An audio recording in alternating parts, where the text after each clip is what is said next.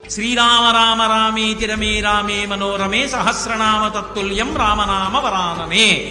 రామ రామ రామ అని 3 మాటలంటే చాలు పార్వతి విష్ణువు యొక్క సహస్రనామములు చెప్పేసినట్టే. సంస్కృత భాషలో అక్షరాల్ని లోకి మార్చేటటువంటి సంప్రదాయం ఉంది. రా 2 మా 5.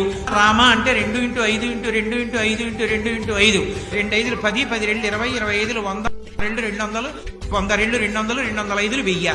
సహస్రనామ తత్తుల్యం రామనామ వరాననే. అందుకని ఒక్క రామనామాన్ని 3 మాటలు పలికితే సహస్రనామ తత్తుల్యం విష్ణు సహస్రనామ స్తోత్రాన్ని చెప్పేసినట్లే. అంత గొప్ప నామము. రామనామాన్ని మీరు ఏదో పిల్లాడికి పేరుగా పెట్టుకుని ఒరే రామ ఇలారా రామ ఇలారా అని పిలిచినా సరే పాపహరం. మధ్యలో ఏదో ఆటలాడుకుంటూ రాముడు లక్ష్మణుడు అని పేరు పెట్టుకుని రామ రామ అని పిలిచినా సరే, ఎప్పుడైనా సరే పద్యంలోనో గద్యంలోనో గీతలోనో ఎక్కడో అక్కడ రామనామం చెప్పుకుంటే, రామనామం రాస్తే చాలు. రామనామం అంత గొప్ప నామం. అందుకే అటువంటి నామాన్ని సదా స్మరించి శ్రీరామనామాన్ని మనసులో అనుకుంటూ శ్రీరామనామాన్ని వ్రాసినంత మాత్రం చేత రామచంద్ర ప్రభువే మనం చేరుకోవలసినటువంటి స్థితిని